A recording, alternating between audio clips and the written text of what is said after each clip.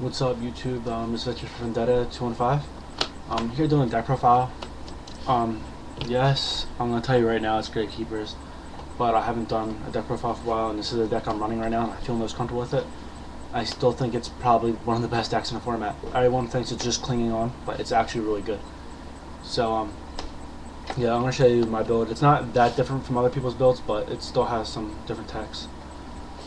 My first card's like 3 comments, you know, you're supposed to. Gets Necker Valley.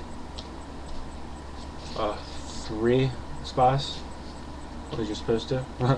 Monster Law Up's not going to be that much different. 3 descendants. 3 recruiters.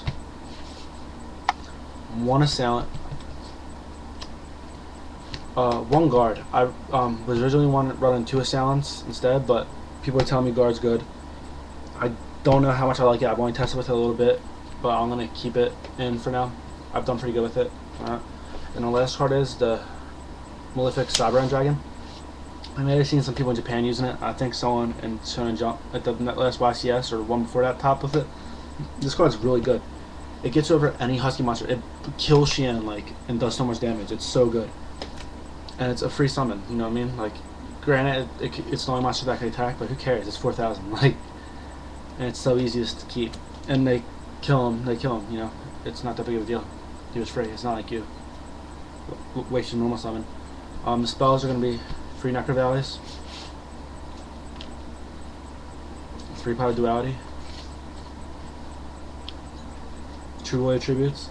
I definitely been hearing about people only running no Royal Tributes. Like someone was talking about Ryan Splasher not running 2 of them.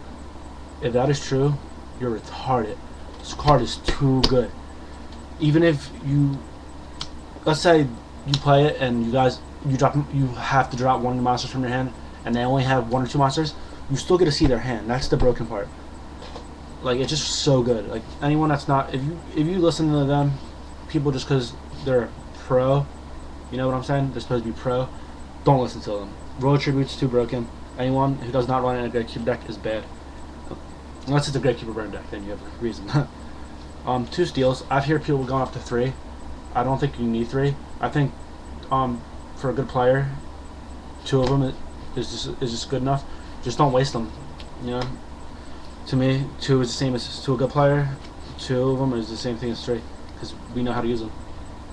I'm not claiming I'm the best with the deck, but I'm pretty good and I know what to do with it. I know that just don't waste your steals. That's the best part. That's the only thing. And the 1-ofs are Book of Moon, Dark Hole, and 1 MST. I wanted to run 2 MSTs, but I'll show you what I took it out for in a minute. The traps are 3 deep prisons. I've seen some people running 2. I think it's terrible. You should definitely run 3. Price broken. And this deck really hurts against Stardust, and Stardust is going to be around a lot more with all the new Doppel stuff. I don't run 7 tools. I actually run Dark Bribe. I have a lot of people agree with me on this, that Dark Bribe is better. Some people disagree. I just think True Nade's too important of a card to stop, and so is, you know, protecting your Necker Valley is a big part of the thing. If you're a good GK player, you would know that you could just don't overcommit to your board, you know. So they Dark Hole you. It's not that big of a deal. But there's just certain cards that are hurt pieces, you know, like Dark Hole, all that other stuff. Like True Nade sucks. It just stops certain cards, and it's free. You can always afford it, you know. 2 sound warnings, because it got limited. You can run 2 now. 1 sound, 1 impression. I hear about people side decking this card out sometimes, but I never side it out. Even in the mirror match, it's just so good. The card's great. 1 Eternal Tribute, 1 Mirror Force, 1 Compulsory. I don't know why more people aren't playing this. It's really good. It's like a 1 out to like any synchro. And the card that I took the last MST out for was Mind Crush. I like Mind Crush a lot. I actually played in Tournament Wednesday, and it was pretty funny.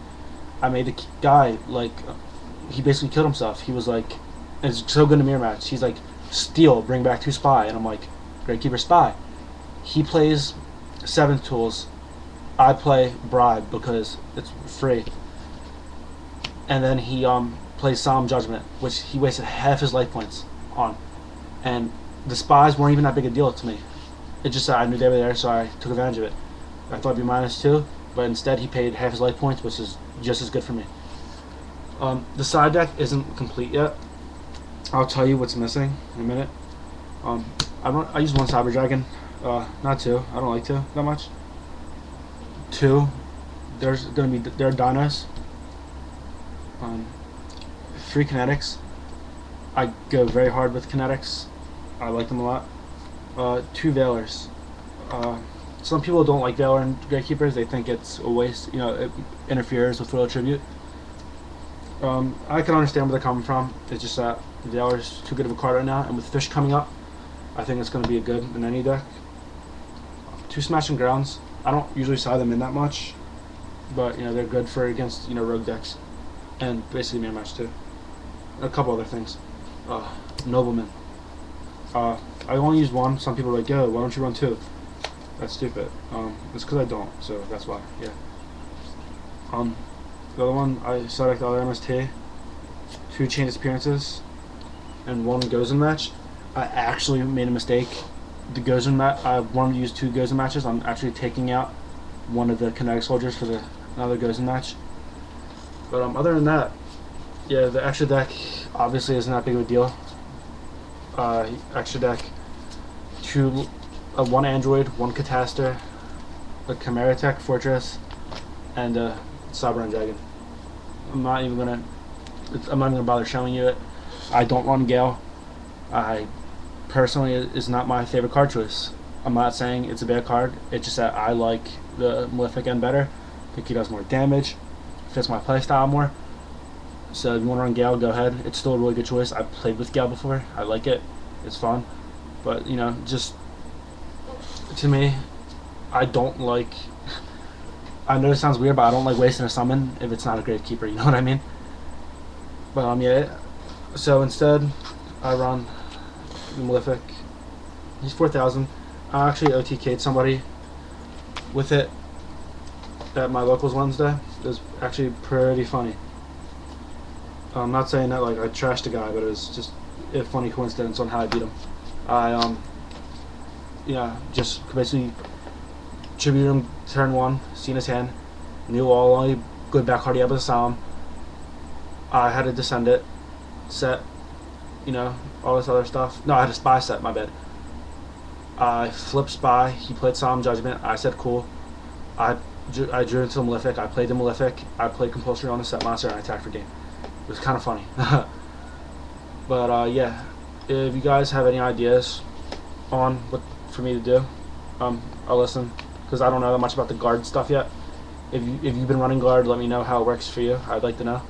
I haven't gotten enough practice in with it to make a good argument with it. And yeah, I just got a job recently, so if you guys are selling cards, let me know. I'm not gonna do it over the computer. Too risky. But if you guys live around me and go to the same locals and stuff, we could. I should have a buy list up in the next like few weeks, like once I get the paychecks and everything. So yeah, see you guys later. Rate, subscribe if you have a channel. You know, shout out would be nice. I'll see you guys later. Bye.